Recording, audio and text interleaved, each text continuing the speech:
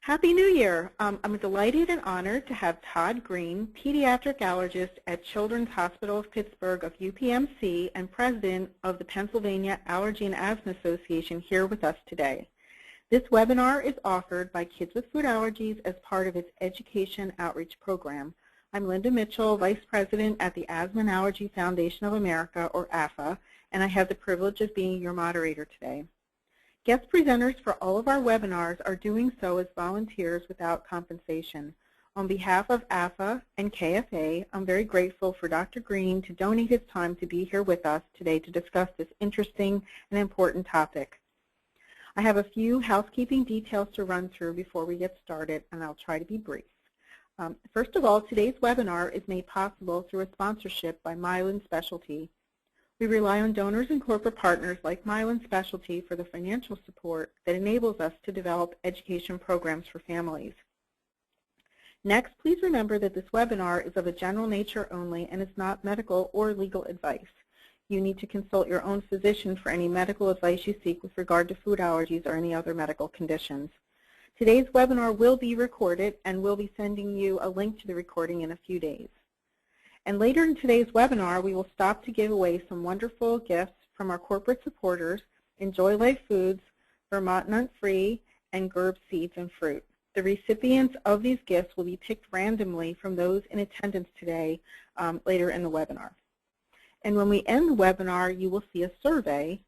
Please share your impressions with us, as we will take your feedback very seriously to help improve the future direction of our webinar series. We have some polls running now, and I welcome you to take those so we know who's in the audience and what you're here to find out. So what I'd like to do now is introduce our speaker so we can get started. Todd Green, MD, Fellow of the American Academy of Allergy, Asthma, and Immunology, is a pediatric allergist immunologist in the Division of Pulmonary Medicine, Allergy, and Immunology at Children's Hospital of Pittsburgh of the University of Pittsburgh Medical Center. He's also director of the University of Pittsburgh Medical Center's Allergy and Immunology Fellowship Program and is an associate professor of pediatrics at the University of Pittsburgh School of Medicine. In addition to serving on KFA's Medical Advisory Board, Dr. Green is also president of the Pennsylvania Allergy and Asthma Association. Dr. Green attended medical school at the University of Pittsburgh School of Medicine. He completed his residency at the Barbara Bush Children's Hospital at Maine Medical Center and his fellowship at Duke University Medical Center. He is board certified in allergy, immunology, and in pediatrics. Thank you, Dr. Green, for joining us here today. I'll just hand over the speakers to you, so to speak, so you can go over the polls and get started on your presentation. Great. Thank you very much, Linda, for the nice introduction, and thank you for the opportunity to be here today. I really have enjoyed working with Kids with Food Allergies over the years. Before I get into the presentation, I can start by reviewing the poll results. First question, are you a pregnant or nursing mom? And 43% of participants today are pregnant or nursing, and 57% are not. Do you have at least one child who has food allergies? 76% of us today do, and 22% don't.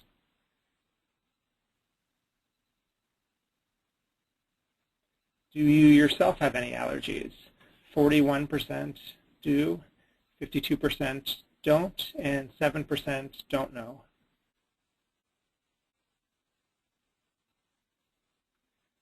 Do you know if your child is at risk for food allergies? 68% yes, 7% no, 11% are not sure. That's something I will talk about today. And then 14% didn't answer.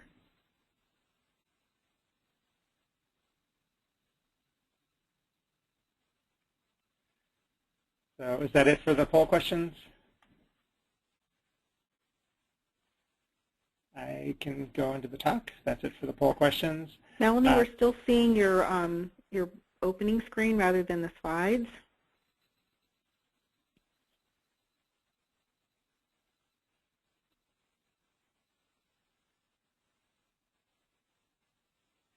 There we go. Okay, great. So Thanks again. I'm hoping that today's webinar summarizes much of what we know about trying to prevent food allergies, and I hope it's useful and answers many of your questions, which I will be getting to at the end of the talk.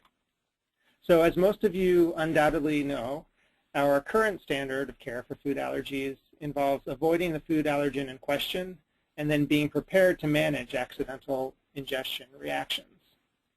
This means being very vigilant and careful to read labels and ask questions, particularly in settings such as restaurants, bakeries, ice cream parlors, and parties. Readiness to manage a reaction frequently involves, among other things, maintaining access to epinephrine at all times and keeping a current food allergy action plan.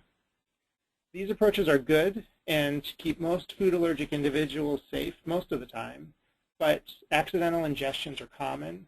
People forget to carry their epinephrine. Epinephrine can be prescribed at the incorrect dose, and other accidents and mistakes can occur. So, can I have the next slide, please? Where we'd really like to be is be able to treat a food allergy. And efforts have been made over the past 5 to 10 years, in particular, to find what we term inactive therapy for food allergy. This involves trying to induce tolerance or desensitization. These are related but different immunologic concepts that both clinically mean that an allergic reaction is prevented from occurring if a food allergy individual eats one of the foods she or he is allergic to. There are multiple therapies that have been studied and are being studied for food allergy. Some of you, I'm sure, have heard of these. These include oral immunotherapy, subcutaneous immunotherapy, epicutaneous immunotherapy, and others. And none of these is currently ready for widespread clinical use, and this is not what I will be discussing in today's webinar, but there is much work being done in this area, so there is reason to be hopeful for the future.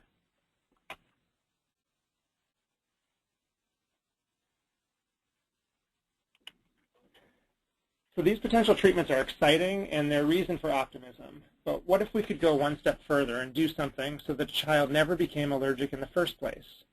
And that is really the holy grail of this, and is what is known as primary prevention, stopping the allergy before it even starts. I will be reviewing the literature on this topic and discussing what we know as well as what we don't know. For the most part, these studies focus on what's termed high-risk infants. And typically for food allergy, that's been defined as at least one first-degree relative, either a parent or a sibling, with a documented allergy of any sort, not just food allergy. You will see, unfortunately, that while a number of studies have been done in this area, many of the results and the recommendations are unclear still.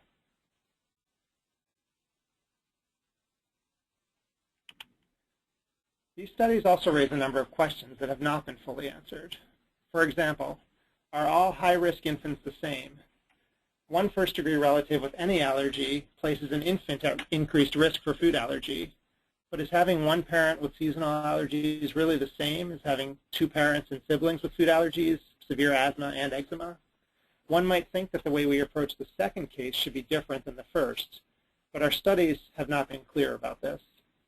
Another question that I will touch briefly on is, does it matter what a mother eats when she is pregnant or nursing? We think mostly of primary prevention as involving what is fed to the infant, but should we be looking more closely at one step before that? Much of that is still unclear. So back at the beginning of this century, the Committee on Nutrition of the American Academy of Pediatrics issued a statement on hypoallergenic infant formulas that also contained recommendations on introducing common food allergens to babies.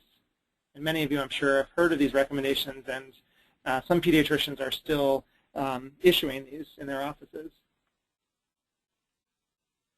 There were dietary recommendations that during pregnancy, it was not necessary for moms to change their diets with the possible exception of peanuts. It was unclear what that possible exception meant. It was also recommended that breastfeeding mothers breastfeed for at least 1 year, and while doing so, we said that you should eliminate peanuts or tree nuts and consider eliminating milk, egg, fish, and perhaps other foods, also left kind of unclear. It was recommended that solids be introduced at around age 6 months, with delayed introduction of certain more common food allergens. So we were telling people introduce milk at age 1, egg at age 2, and nuts and seafood at age 3. So what happened after these recommendations? Well, as many of you know, unfortunately, allergic diseases continue to increase. Peanut allergy doubled and then continued to go up from there. Other food allergies increased as well, and there has been a dramatic increase in asthma incidence. So we don't know whether these feeding recommendations caused or even contributed at all to the increase in allergic diseases, but they certainly did not seem to help. So in 2008, the Committee on Nutrition and the section on Allergy and Immunology of the American Academy of Pediatrics issued new recommendations on the role of maternal dietary restriction, breastfeeding, the timing of introduction of complementary foods, and hydrolyzed formulas. And most of what I will be discussing today are the recommendations contained here, as well as the studies behind this paper. Just a couple of notes before we get into these studies and recommendations. As a reminder, these studies primarily have been directed and performed towards high-risk infants. Again, these are infants who have at least one parent or sibling with some type of allergic disease. As a result, today's discussion is primarily directed towards children at risk. Most of this does not apply to children who already have allergies or those who are not at risk. I'm going to kind of ruin my punchline here and say that lack of evidence and data are conflicting are two of the more common conclusions you will see here. This doesn't mean that there is no effect of a particular intervention. It may mean that more or better studies are needed. The best studies that we do are randomized, so when people go into the study, they don't choose which arm of the study they are in, and they are also blinded, which means that neither the people in the study nor the people who are doing the study knows which branch of the study a person is in. You can imagine it is difficult or impossible to randomize and blind things like breastfeeding or what foods a woman eats when she is pregnant or what foods are fed to a baby. As a result, these studies are often difficult to do and so can be unreliable when we're trying to reach conclusions. Again, this does not mean that these interventions don't have an effect, just that with some of these things, we're not able to make any conclusions yet.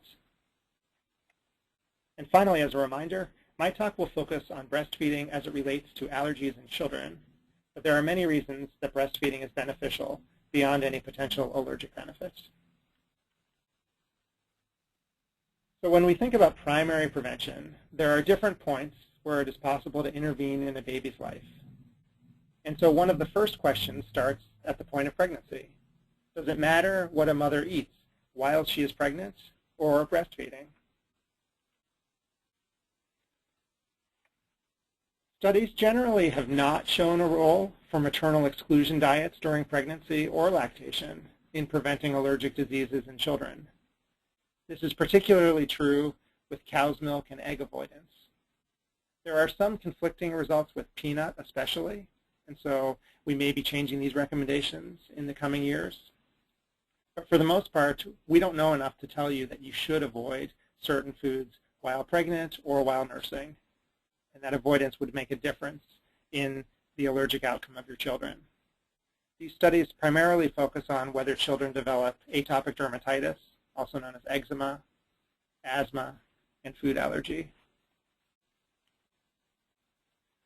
So now I will be turning to what babies do after they are born. As part of that discussion, I will touch on the potential role of formula. And so I wanted to start by reviewing the major types of infant formulas. Soy and cow milk formulas are the two major types of infant formulas. Cow milk formulas can be divided into those that are intact, and those account for the vast majority of regular cow milk formula. Or these formulas can be broken down in some way. Hydrolyzing a protein reduces a protein size and makes it easier to tolerate in many cases, or less allergenic. Formulas can be partially or extensively hydrolyzed, and you can see examples of each in the slides. Finally, amino acid formulas present the protein in their most broken down and generally most well-tolerated state. So what role does feeding play in development of atopic dermatitis? or eczema in a child. Not surprisingly, from what I've told you already, the data are somewhat conflicting. However, there is generally more evidence that breastfeeding for at least 4 months may make a child somewhat less likely to develop eczema.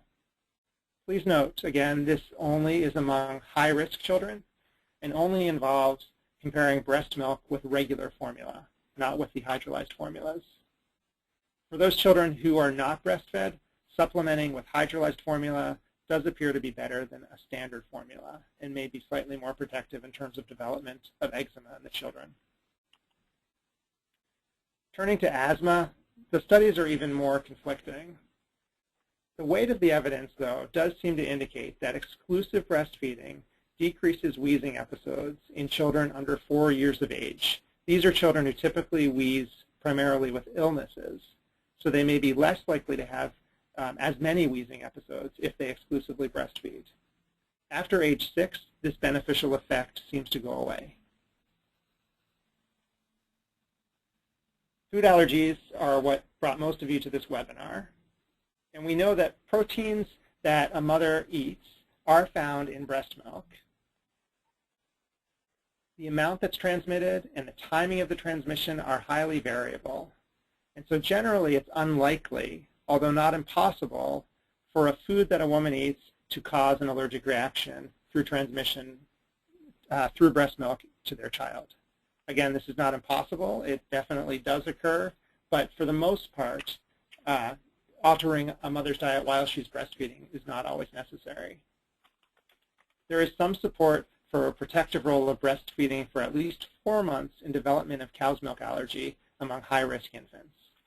Other firm conclusions regarding other foods really are not possible. But breastfeeding for at least 4 months among this high-risk infant group does seem to make these infants less likely to become cow's milk allergic. For babies that are not breastfed, some recommendations regarding formula have been issued. So there are no long-term studies that compare hydrolyzed formula to breastfeeding. And there's no evidence that these formulas are better than breast milk in preventing allergic diseases.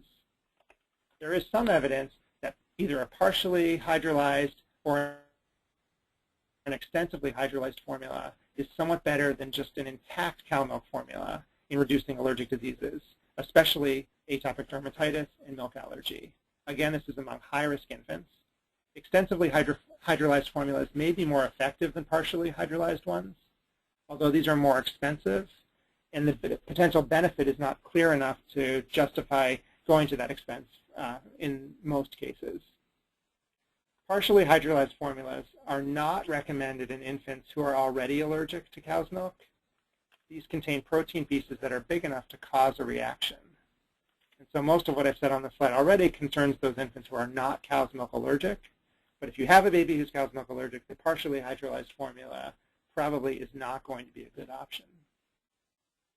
Soy formula, on the other hand, has not been shown to prevent allergic diseases. Another question that comes up commonly is, when can I introduce solids? And related to that, does it matter which solids are introduced first? Cow milk, egg, wheat, soy, and peanuts are the major food allergens in young children. These account for at least 90% of food allergies in babies and young children. And happily, with 4 of those 5, milk, egg, wheat, and soy, most children outgrow those eventually. As children become older and in adults, peanut, tree nuts, fish, and shellfish are the most common food allergens. So there are limited studies on the timing of solid food introduction and the risk of allergic disease in children. But experts have gotten together and looked at the literature and have issued recommendations. The European Academy of Allergology and Clinical Immunology recommends delaying solid food introduction for 4 to 6 months. The American Academy of Pediatrics also recommends delaying solids until 4 to 6 months, and based on some of what I've reviewed with you already, recommends exclusive breastfeeding until 6 months and delayed introduction of whole cow's milk until age 12 months. When we look at when to introduce solid foods, Again, the studies are conflicting, but this very existence of conflicting results seems to indicate that there is not a strong relationship between when highly allergenic foods like egg, peanut, and fish are introduced and whether allergies develop. So those earlier recommendations from 2000 that I talked about, with waiting until age 2 to introduce egg or age 3 to introduce peanuts or fish, really do not seem to be borne out in the evidence.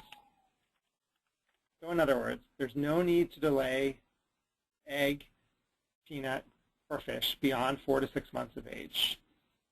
There may be exceptions to this.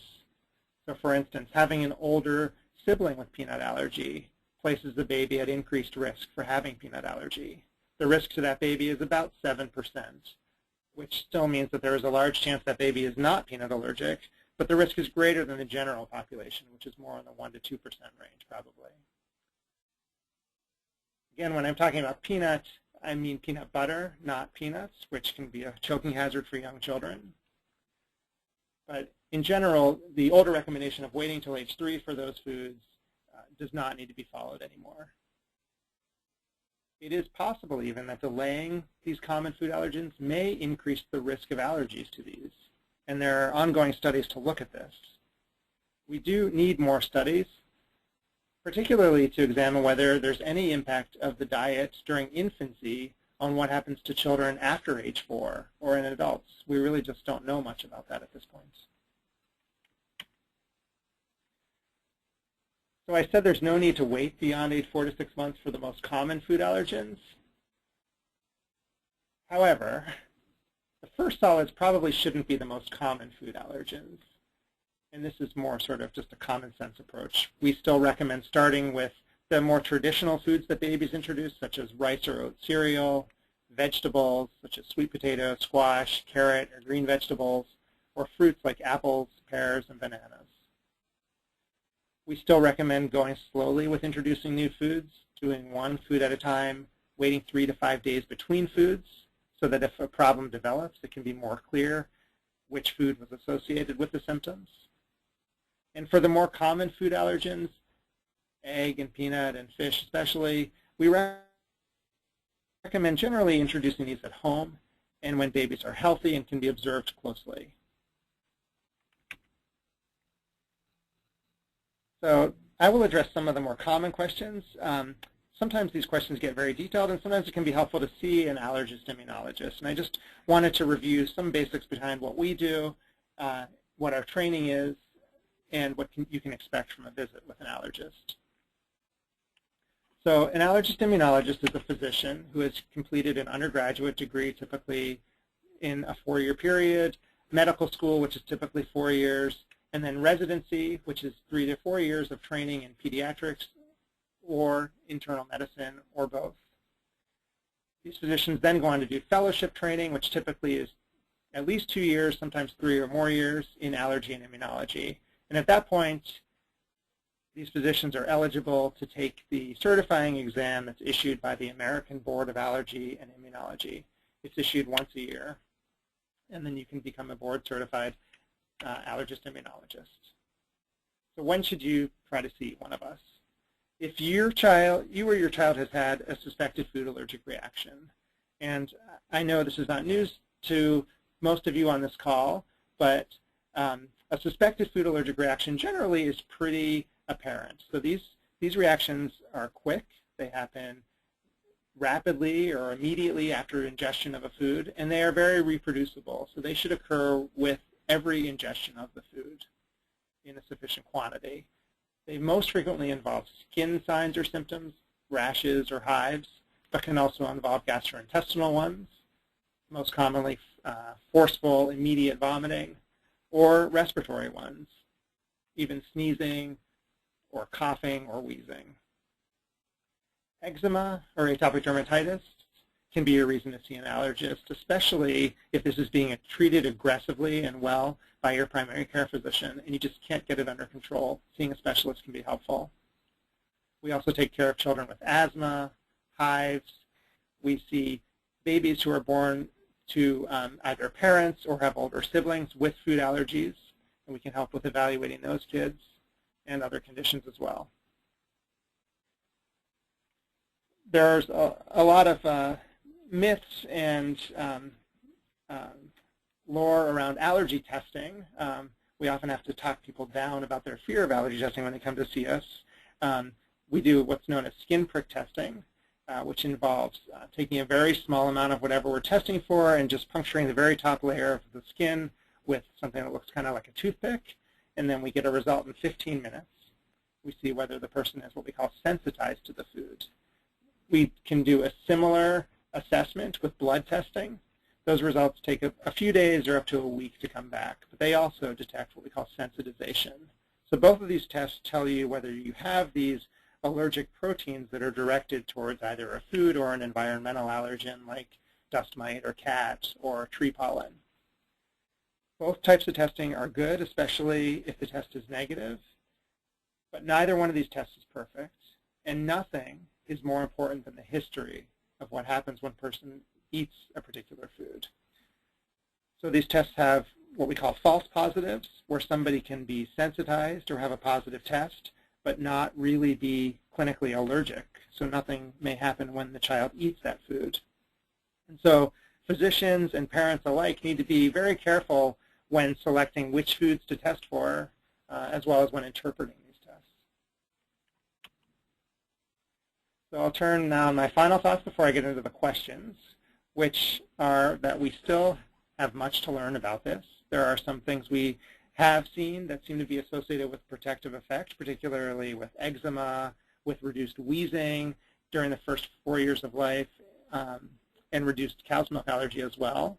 But there still is much that we have to learn. The best designed studies, as I mentioned before, are very challenging to perform. They're often nearly impossible to carry out in a really rigorous fashion, and it can take years to obtain the results from these.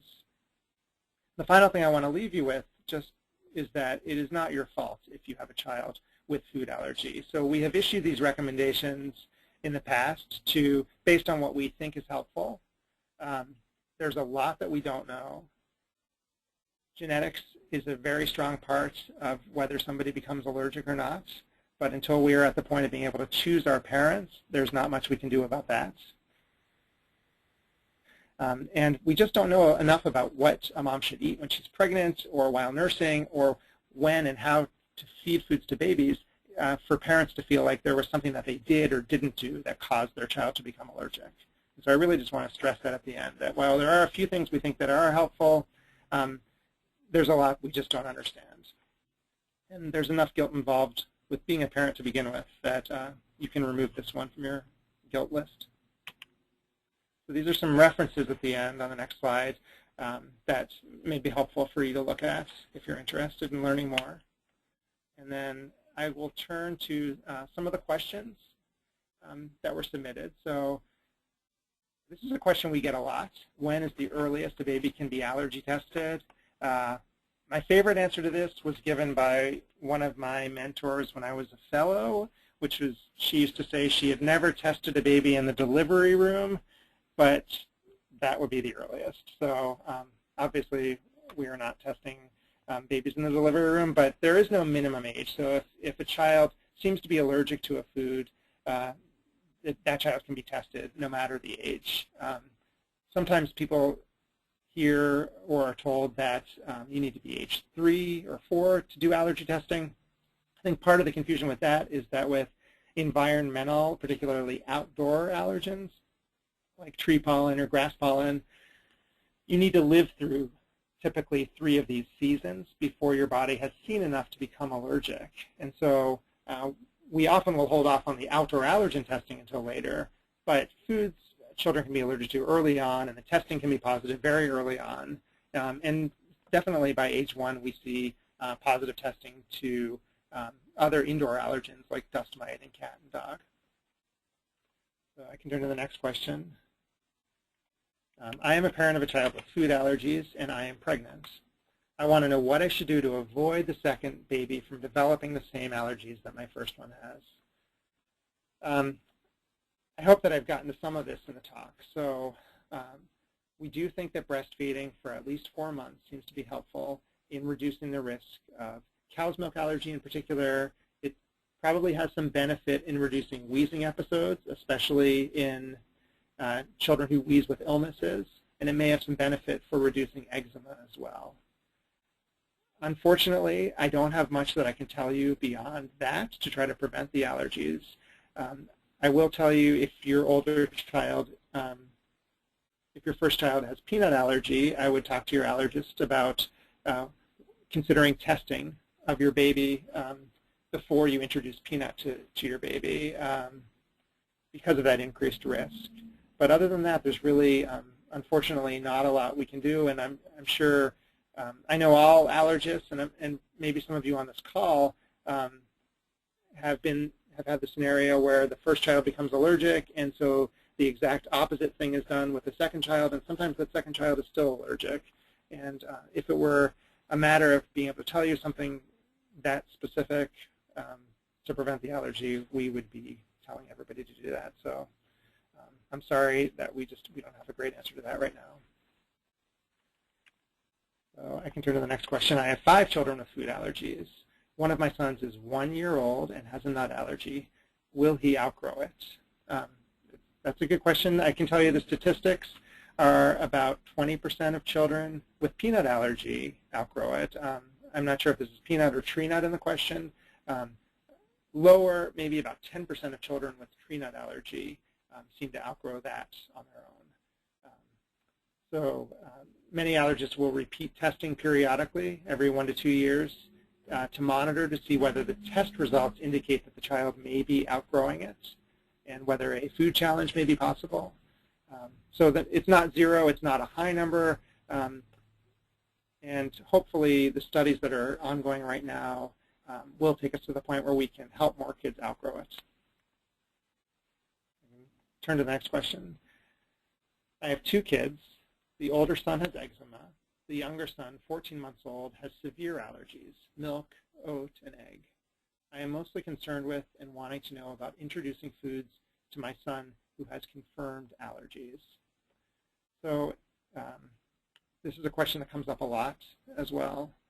I would really strongly encourage you to work with your allergist in designing a plan for what foods can be introduced. I think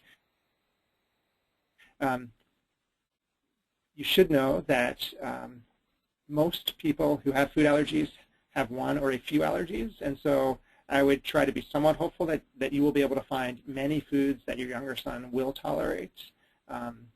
Your allergist and you may wish to perform some testing before certain foods are introduced, but again, as I mentioned in the testing section, you just have to be very careful with indiscriminate testing, because false positives on these tests are very common, especially in kids with some allergies. And we know, for example, in general, just if you go into a pediatrician's office in this country, close to 30% of kids in this country will have a positive blood test for milk or egg or peanut, but nowhere near 30% will react if they eat one of those foods. So false positives definitely occur, and my advice would be to work closely with your doctor, consider testing for maybe certain foods like peanut in particular, and then really try to be broad and try to be as aggressive as you feel comfortable in introducing other fruits and vegetables and meats, and sometimes working with a nutritionist can be helpful as well. But I would try to not overly restrict your child's diet, and introduce new foods in a slow way when you can observe your child closely. But I would be pretty hopeful that this list will not be endless, and you will find other foods that your child can eat. So how can choices during pregnancy prevent what seems to be genetic? I understand the field of epigenetics is growing in knowledge, but I would think that what a woman ate during pregnancy would have little effect. This is really an excellent question as well. We don't know whether choices during pregnancy can prevent it, or if, or how. It may be that the choices during pregnancy don't have much to do with it. The field of epigenetics is very complex, so this involves whether certain genes are expressed from our body and what can modify the genes that we're already born with.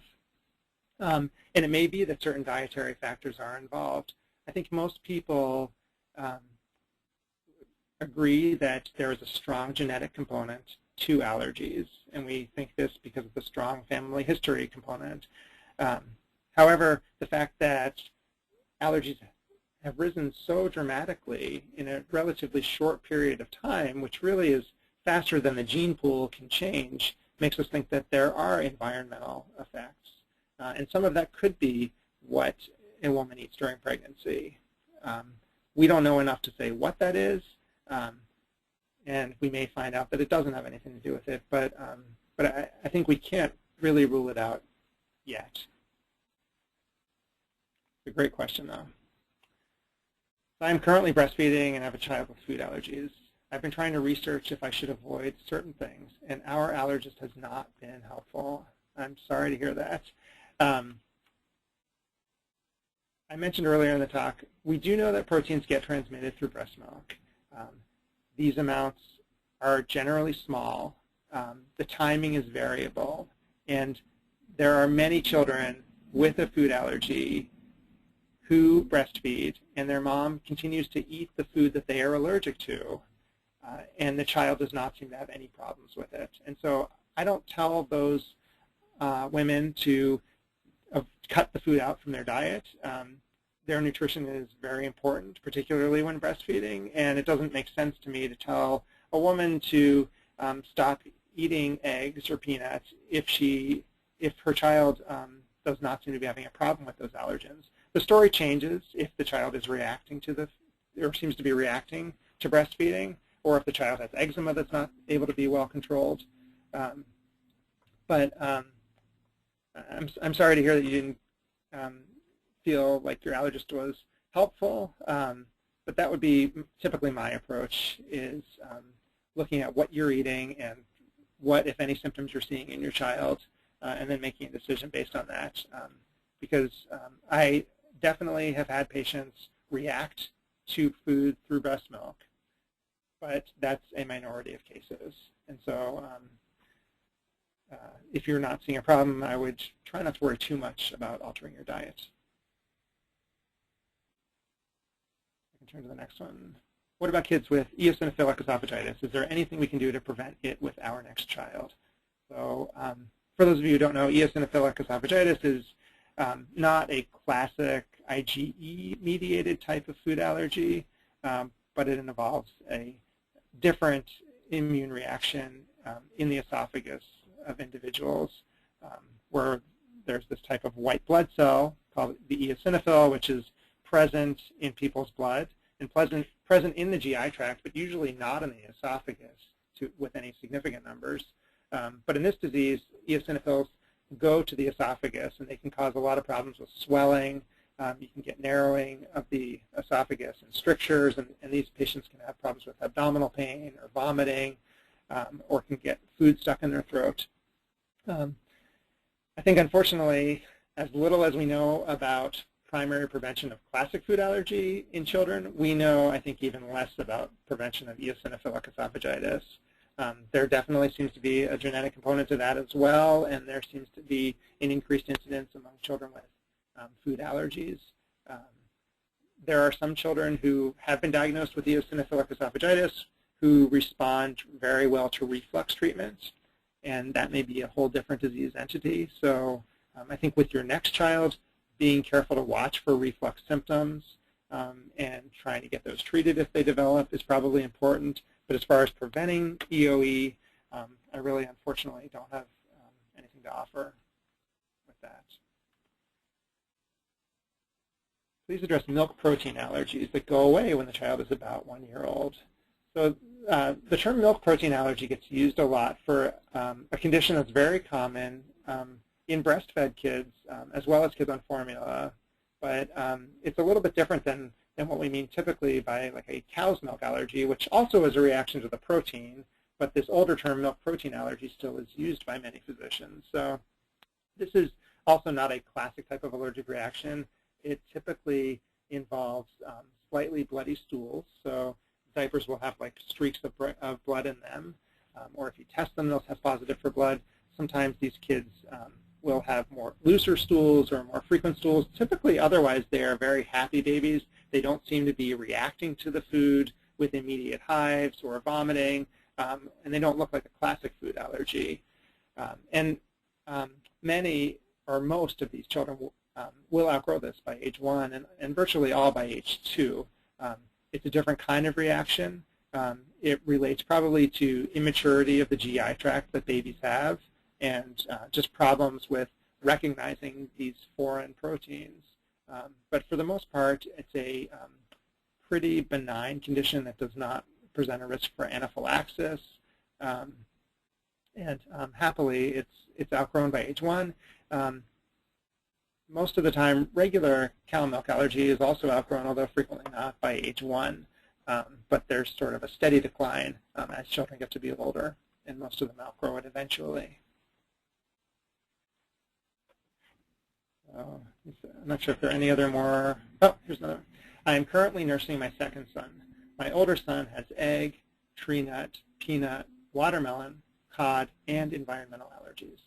My husband and I don't have food allergies, although my mom does. Does it skip generations, or is it caused by something? These are great questions. So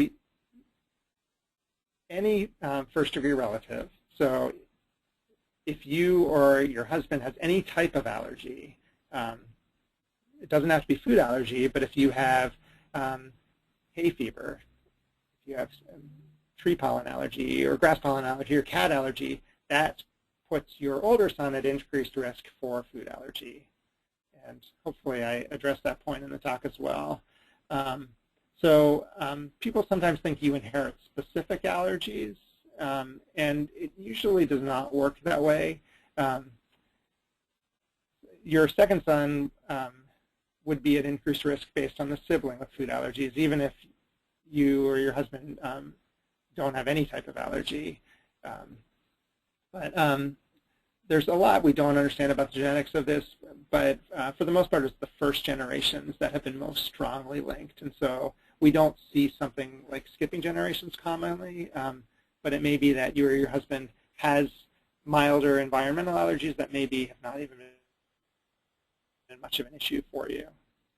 And as far as is it caused by something, that's really what we don't know. As a mother with a child with multiple allergies, I feel the unspoken blame of people thinking, oh, she ate unhealthily during pregnancy, which gave her child allergies. How do we stop perpetuating the belief that allergies are the fault of the mothers? I hope that nothing I said today made you feel that allergies are the fault of the mothers. We really don't understand why this happens. I don't think anybody should make you feel that way, or I don't think any physician should be telling you or giving you messages that something you did caused this to happen. So as I mentioned, parenting comes with guilt, and this is one of the things that I think you really need to try to relieve yourself of feeling guilty for. There's just so much we don't understand, and it was nothing you did, and I'm sorry to hear that you feel that way, and I hope you find a supportive group of friends that that don't feel that way, and I hope you find physicians that don't make you feel that way as well.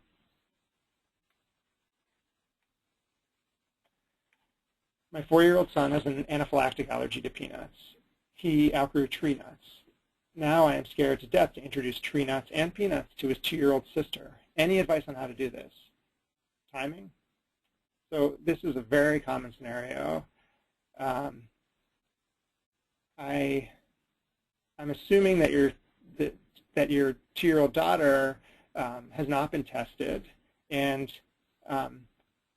as I mentioned, you have to be very careful with doing allergy testing when it's not indicated because of these false positives. This is one case where I frequently make an exception, and I test kids even if they've never seen the food or eaten the food because of this increased risk. So So your daughter is at slightly increased risk for being peanut allergic. She has a very high chance of not being peanut allergic, but she has more of a chance of being peanut allergic than somebody in the general population. So when I see kids like your daughter, and I see them regularly, I typically do a peanut skin test. And if it's negative, I feel comfortable letting you feed her peanut at home. I tell people to do this at a time when the child is healthy and can be observed closely for a few hours, not right before you put the child down for a nap or leave the child with a babysitter or drop her off at preschool. But you really want to take time when you're not rushed or stressed and do it slowly. And I think testing before introduction is reasonable.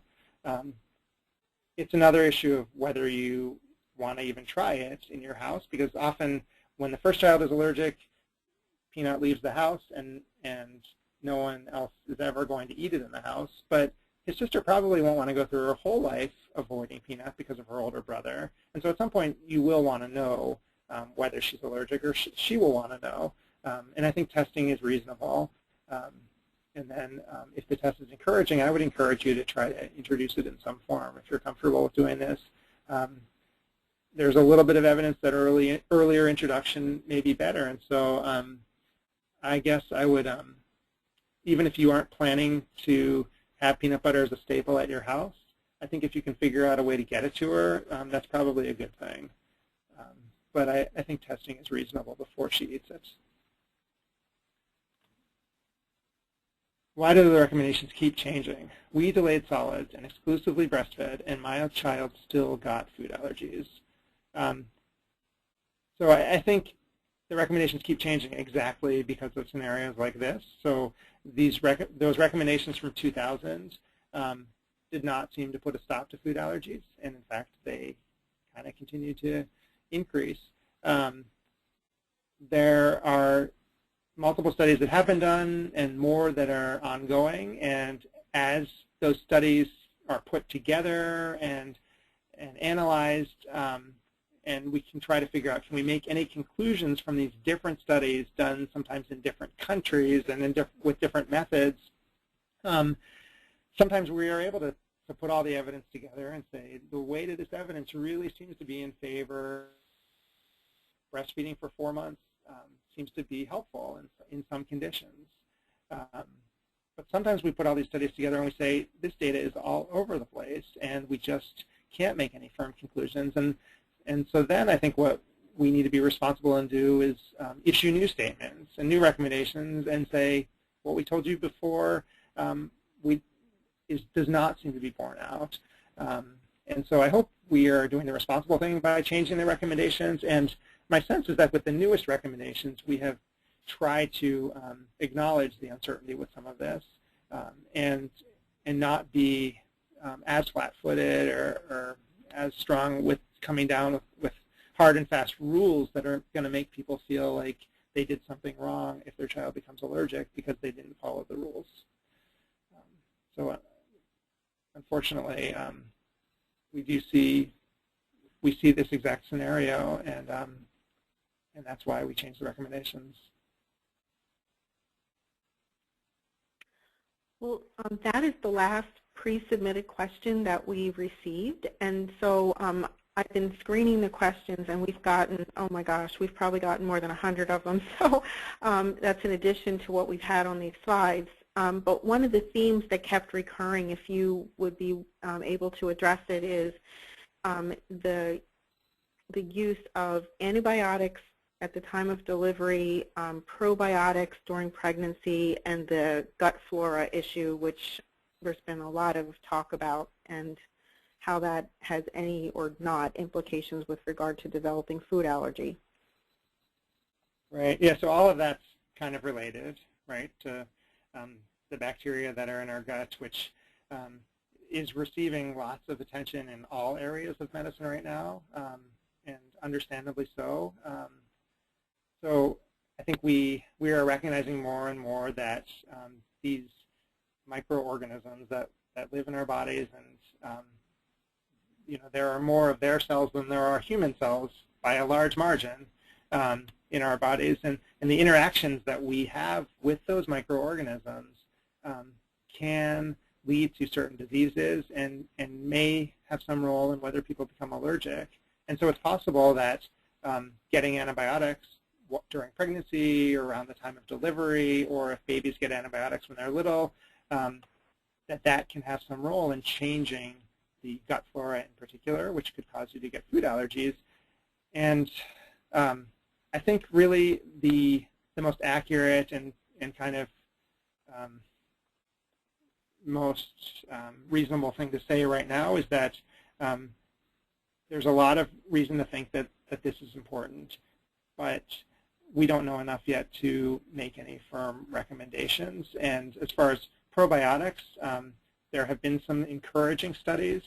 I think the trick with probiotics is figuring out which ones are going to be the helpful ones and which ones don't really seem to matter at all, because when you look at the studies and try to review all of them, as a whole, they don't seem to show that probiotics make much of a difference in the allergic diseases, but maybe with certain ones they do.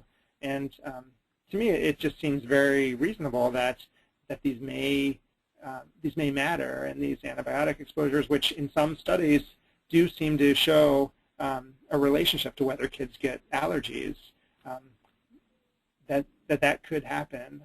I don't think we're at the point yet to make any big conclusions or to really start changing practices if we think somebody needs antibiotics. I mean, certainly similar to what I said about breastfeeding, even though I can't tell you breastfeeding will make it so your child is never food allergic, there are lots of other good reasons to breastfeed, and antibiotics have been overused in our country for years, and so there are lots of good reasons to reduce antibiotic use. Antibiotics also are extremely important and need to be used in certain cases, but judicious use of antibiotics is a good thing. So I don't think we know enough to say you shouldn't treat someone with antibiotics who needs antibiotics, because that will make their child food allergic or will make the child allergic. But I do think there could be some relationship there, and there are a lot of people starting to look into this. Again, not just in allergies and asthma and eczema, but in all sorts of areas of medicine. And I think it's something that we just need to look more at. This also gets to the question of, like, these studies sometimes are hard to do because sometimes what happens is people just look back and say, well, I have a child with food allergy, and I got antibiotics, and this happened to 3 of my friends also. And there can be some bias in doing retrospective studies like that. And so really you would want to get like similar groups and then go forward in time and have some of them get the exposure and some of them not. And these studies really are either difficult or just impossible to do. But I think we have to be careful with jumping the gun on any strong conclusions at this point. But it does make sense to me that this could be important. That's kind of a long-winded answer. Hopefully, thank you. I have an easy one now, and this will have to be the last one because we're kind of getting close to 2 o'clock. But what is the recommendation if you need to start formula in a baby at risk for food allergy? Do the recommendations have a specific type of formula to use? Yes. So we do think that if you so breastfeeding seems to be the best. If breastfeeding is not an option, the hydrolyzed formulas seem to be better than the regular formula. So either the partially hydrolyzed or the extensively hydrolyzed seem to have more benefits in preventing some allergic diseases. Not all.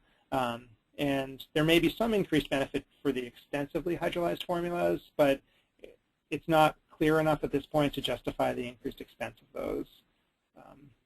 But those may be a little bit more beneficial. I don't know if you want to show that slide that has the different formulas so you can see the difference between the partially hydrolyzed and extensively. But I'll see if Melanie can get the slide back there. We do have an article on our website that explains the different kinds of formulas. So when we send the link to the, here it is right here, but when we send the link to the recording of this webinar in a few days, because of the questions we were getting during Dr. Green's presentation, I'm going to send you a link to a really good blog post we have on food diaries and how to keep a food diary if you suspect your child has food allergy.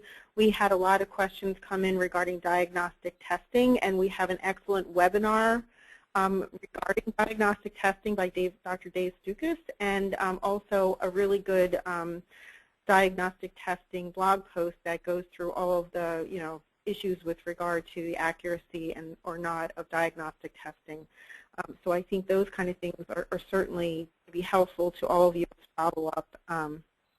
So anyhow, I'm going to go ahead and announce the winners. First of all, Dr. Green, thank you so much for this wonderful webinar. These are just such tough questions that moms just struggle with every time, as I'm sure you know, because you have so many children coming into your practice and moms asking for answers to questions. And so I really appreciate so much that you've taken the time to tackle this issue and to give us the latest answers, even if they're not exactly cast in stone and still evolving. So what I'm going to do now is just wrap up, and let me see, I'm going to see Melanie, who helps me, usually gives me the names of winners of the prize giveaways. So we have 2 winners for Gerb's seeds, which are peanut-free, different kinds of seeds like sunflower seeds and some things like that. Allie Basin and Lisa Rosenberg. And then Enjoy Life Foods, there's 2 winners, Sarah McGrath and Martin Blumsack. And then Vermont Nut Free, we have 2 winners, and that's Gina Valerio and Karen S. So congratulations for winning these giveaways, and we have your contact information. So we will be in touch with you over the next day or two to make sure that we confirm your mailing address so that we can ship these prizes off to you. So in closing, I want to just give you a wrap-up message. If your child does have a prescribed epinephrine auto-injector, make sure you check your expiration dates and don't let your prescription lapse. This is one of those ongoing things that we keep seeing studies come out saying that there's not a really good carriage rate of epinephrine auto-injectors for many people, and then some of the ones that they're carrying are expired. So we just want to remind you to go ahead and check those expiration dates. Our next webinar is going to be early in March. It's going to be Off the Camp with Food Allergies, and Dr. Mike Pistiner, who actually has a training module for camp counselors on camping with food allergies, and Nancy Palmier-Swindress, who is a school nurse and a camp nurse, are going to do the webinar together in March. We're skipping February because it's a busy month for us. We all go to the American Academy of Allergy, Asthma, and Immunology, and so it's going to be a busy month where we're going to be kind of traveling, and so we're going to have one on March 10th, and then we're going to have another one at the very end of March to make up for the monthly one that we've missed in February. So if you're looking for support, don't forget that Kids with Food Allergies has an award-winning online support community at kidswithfoodallergies.org, personal support, and you log in, you can use an anonymous username, and you can feel like you're comfortable there to share. You can find topics and members who have common interests with you with regard to children at all ages and stages and conditions. And you can stay current and informed on food allergy issues. And of course, it's free and available. Everything we offer is free and it's available 24/7. So if you haven't been to our website, please check it out. Everything is free, and we just have stuff there to help you. Anything else, Bill? Is that it? Well, with that, it's 2:02, so I'm going to say thank you so much for joining us here today. Kids with Food Allergies is a nonprofit charity. We're part of the Asthma and Allergy Foundation of America. So if you enjoyed this webinar, please come back and join us for future ones, and keep Kids with Food Allergies and AFA in your charitable giving plans. Thank you so much for joining us. I'm going to say goodbye now. Thank you.